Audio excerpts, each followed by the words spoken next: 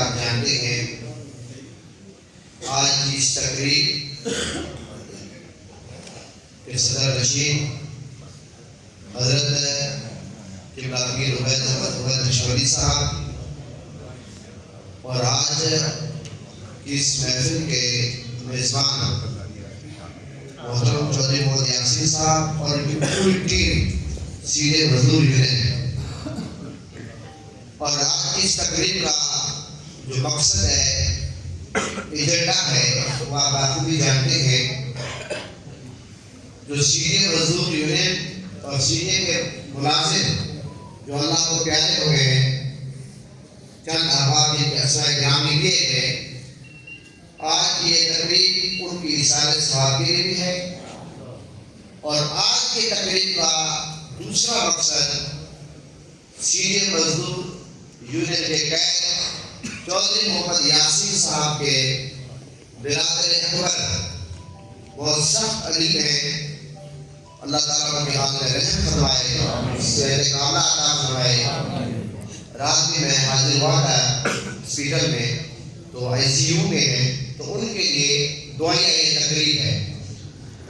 میں کیونکہ جامعہ مسجد المجتبیٰ مسجد کا خطیب ہوں، میزبان کی حیثیت سے آپ تمام احباب کا دل و جان سے شکریہ ادا کرتا ہوں، اور میں خطاب ہمیشہ آخر میں ہوتا ہے، لیکن میں خطاب درمیان میں اس لیے کر رہا ہوں، میں نے آپ کے لیے تقریب کا ٹائم دیا ہوا ہے احتمال میں نکاح کرانا ہے، تو وہ ان سے میں نے تھوڑا سا لیٹ تک کروایا، میں نے کہا اس کو پونے 12 تک ان کو میں نے کہا چل کے ظاہر میں ان کے ساتھ جانا ہے، جس میں میں آپ سب لوگوں سے معافی چاہتا ہوں، یہ مجبوری نہیں تھی، پہلے جو ٹائم دیا نہ ہوتا تو میں ایسا کبھی نہ ہوتا، کیونکہ میزبان کے اپنے فرائض ہوتے۔ آج کی تقریب کا تعلق دو چیزوں سے ہے، دعا ہے اور ایصال ثواب ہے۔ ایصال ثواب جو ہے آپ بخوبی جانتے ہیں کہ ایصال ثواب کے لیے ہمارے یہاں لوگ جو سمجھتے ہیں، لوگ سمجھتے ہیں صرف دیگے پکانا یا قرآن کی تلاوت کرنا، صرف یہ دو چیزیں ایصال ثواب ہے، لوگ یہ سمجھتے ہیں۔ میں سمجھتا ہوں کہ ہمیں وسعت ذاتی سے کام لینا چاہیے۔ اگر آپ کسی پیاسے کو پانی پلا دیتے ہیں، یہ بھی ایصال ثواب ہے۔ آپ اگر کوئی درخت لگوا دیتے ہیں، شجر کاری مہم کا حصہ بنتے ہیں، یہ بھی ایصال ثواب کا ذریعہ بن سکتا ہے۔ آپ واٹر کولر لگوا دیتے ہیں، یہ بھی ایصال ثواب کا ذریعہ بن سکتا ہے۔ اور آپ بھوکوں کو کھانا کھلا دیتے ہیں، قرآن خوانی کرا دیتے ہیں، سبحان اللہ، یہ تو اور اعلیٰ کام ہے۔ تو پتہ چلا یہ بھی ایصال ثواب کا معاملہ ہے۔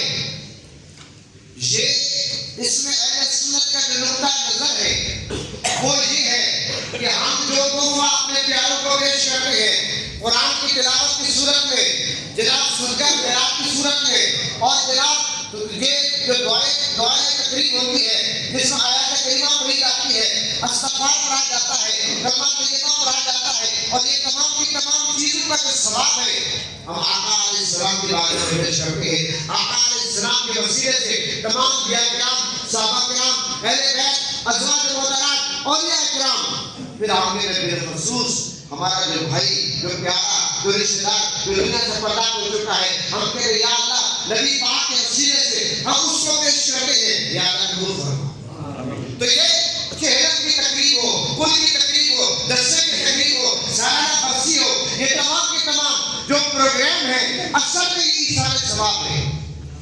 اب بہت سارے لوگ یہاں پہ اعتراض کرتے ہیں، جناب عالی جب آپ یہ کہتے ہیں ایصال ثواب ہے، قرآن میں آ گیا جس چیز پر غیر اللہ کا نام آ جائے وہ چیز حرام ہو جاتی ہے، یہ ایک اعتراض اٹھایا جاتا ہے، یہ اعتراض کیا جاتا ہے۔ حالانکہ قرآن کے آیات میں یہ ہے کہ ذبح کے نام، آپ اگر ذبح کرتے ہیں، غیر اللہ کا نام لیتے ہیں، وہ جان حرام ہو جاتا ہے۔ یہ ویسے نہیں ہے، اگر ویسے چیزیں حرام ہونا شروع ہو جائے پھر تو کچھ بچے گا ہی نہیں۔ کہا جاتا ہے یہ گھاٹ کس کا ہے، فلاں شخص کا ہے، پھر تو ہمیں مسجدوں میں یہ جامع مسجد المجتمع ہے، اگلی مسجد جامع مسجد مالیہ ہے، المصطفیٰ ہے، مرتضیٰ ہے، اور نور ہے، پھر تو اللہ کے گھروں کا نام لیجیے۔ پھر مسجد نبوی شریف جو ہے وہ بھی اللہ کے نام لیتے ہیں۔ پھر اگر یہ اعتراض شروع کرے غیر اللہ کا نام آ جائے وہ چیز حرام ہو جاتی ہے، پھر تو کچھ بچے گا ہی نہیں. آپ قربانی کرتے ہیں, آپ عقیدہ کرتے ہیں, ایسا ہی نہیں. تو پتہ چلا اس اطلاع کی کوئی حیثیت نہیں. لیکن پھر بھی اگر کسی کو بات سمجھ نہ آئے, میں ایک سیدھے سادے انداز میں دیسی انداز میں ایک بات آپ کو سمجھاتا ہوں کہ مولوی صاحب کے تقریر کر رہے ہیں, جناب اس نے خوب تقریر اٹھائی, جناب گوشت پاک کی گہری حرام ہے, کسی کا غیر اللہ کا نام آ جائے وہ حرام ہو جاتی ہے. تو جب وہ واپس آئے, مولوی صاحب کی جو بیگم صاحبہ تھی, میں بیگم کو بیگم کہہ رہا ہوں, بیگم صاحبہ تھی, اس نے وہ عاشق رسول تھی, وہ غوث پاک سے محبت کرنے والی تھی. اس نے کہا مولوی صاحب یہ کھیر پکی ہوئی ہے, آپ جناب فرمائیں. مولوی صاحب کہنے لگے میں تو ابھی تقریر کر کے آیا ہوں, جس چیز کا غیر اللہ کا نام آ جائے وہ حرام ہو جاتی ہے. مولوی صاحب کے بیگم بڑی سمجھدار. اس نے کہا اچھا. اس نے کہا مولوی صاحب لوگ مجھے اللہ کی بیوی نہیں کہتے, مجھے لوگ کہتے ہیں مولوی صاحب کی بیوی, تو پھر تو میں آپ پہ حرام ہو گئی. تو اس وقت مولوی صاحب کو ساری زندگی 9 سال پڑھنے سے علم حاصل نہیں ہو سکا, جو بات سمجھ نہیں آئی قرآن حدیث کھنگالنے سے مولوی صاحب کو جو بات سمجھ نہیں آئی, بیگم صاحبہ نے سمجھا. ویسے بھی اگر کسی کو کسی کی بات سمجھ نہ آئے, بیگم کی بات سمجھ آ ہی جاتی ہے, ایسا ہی نہیں. اسی لیے میرا خیال آپ سب اتفاق کرتے ہیں ایسے. تو محترم حضرات یہ اشارہ ثواب ہے, اور آپ کو پتہ حدیث میں آتا ہے جب کوئی بندہ دنیا سے پردہ کرتا ہے باقی اعمال کا سلسلہ رک جاتا ہے, لیکن 3 چیزیں ایسی ہیں, ایک نیک صالح اولاد, اور دوسرے نمبر پر صدقہ جاریہ. آپ مسجد بنوا دیتے ہیں, مدرسہ بنوا دیتے ہیں, واٹر کولر ہے, روڈ بنوا دیتے ہیں, جناب شجر کاری مہم, فلاں چیز, یہ سب صدقہ جاریہ ہے. اور نیک صالح اولاد, لوگ یہ سمجھتے ہیں کہ صرف اولاد پیدا کرنا ہماری ذمہ داری ہے. نہیں, اولاد کی اچھی تربیت کرنا ہماری ذمہ داری ہے, تاکہ باپ والدہ بھائی رشتے دار دنیا سے جائے تو نیک صالح اولاد اس کے لیے دعائیں تقریر کرے. اور تیسرے نمبر پر علم و نافع. اگر کسی کو قرآن پڑھا دیا, حدیث پڑھا دی, مسائل سکھا دیے, اب وہ بندہ تو قبر میں ہے, لیکن وہ مسئلہ ایک بندے کو بتایا, وہ اس کو بتائے گا, وہ اس کو بتائے گا, ثواب صاحب قبر کو ملتا رہے. تو یہ 3 چیزیں. اور ویسے بھی جب آقا علیہ السلام, میرے آقا خچر پہ سوار ہے, میرے آقا کا گزر ایک قبرستان سے ہوتا ہے, تو اس موقع پر آقا علیہ السلام کی سواری خچر رک گیا. جب میرے آقا رکتے ہیں اور میرے آقا سبز ٹہنیاں کاٹتے ہیں کھجور کی اور قبر پہ رکھتے ہیں 2 قبروں پہ, میرے جب صحابہ نے پوچھا یا رسول اللہ وجہ کیا ہے, یہ عمل آپ نے کیا, تو میرے آقا نے فرمایا یہ 2 قبر ہیں, ایک جو ہے چغل خور تھا, لوگوں کو لڑاتا تھا, شرارتی تھا, لوگوں میں فساد ڈالتا تھا, اور ایک کون تھا جو پیشاب کرتا تھا, پیشاب کے چیزوں سے نہیں بچتا تھا. جس طرح آپ دیکھتے ہیں کئی لوگ روڈوں پہ گاڑیاں رکھ کر کھڑے ہو کر پیشاب کر رہے ہیں, تو جب کھڑے ہو کر پیشاب کریں گے وہ چیزیں آپ کے ٹانگوں پہ آئیں گی, کپڑوں پہ آئیں گی, نہیں آئیں گی. تو یہ حضور نے فرمایا یہ 2 قبر والے اس لیے عذاب مبتلا ہے. تو میرے آقا نے وہ شاخ رکھی, کھجور کی ٹہنی رکھی, حضور نے فرمایا جب تک یہ ہری بھری رہے گی قبر والے کے عذاب میں کمی آئے گی. تو مجھے آپ یہ بتائیں, جب ہر چیز اللہ کا, ہر خوش کو تر چیز قرآن میں آتا ہے, اللہ کا ذکر کرتی ہے, تو پھر جو قبر پر بڑھتی ہے کیا اس کا ذکر قبر والے کو فائدہ دیتا ہے؟ نہیں. کیا جو وقت ہے وہ دیتا ہے؟ نہیں. پتا چلا وہ میرے آقا کے ہاتھ لگ گئے ہیں, حضور نے فرما دیا وہ فائدہ دے گی. آپ کیا بتا جب آپ سبز ٹہنی کوئی بھی چیز قبر پہ رکھ دیتے ہیں, پھول رکھ دیتے ہیں, اس سے سب قبر والے کو فائدہ ہوتا ہے, کیونکہ مصطفیٰ کی زبان سے الفاظ نکلے. یہ تو بات کی سارے ثواب کی. دعا عبادت کا مرض ہے. چودھری صاحب کے بھائی کے لیے دعا کریں. دعا حضور کے حدیث مومن کا اختیار ہے. سمجھ گئے؟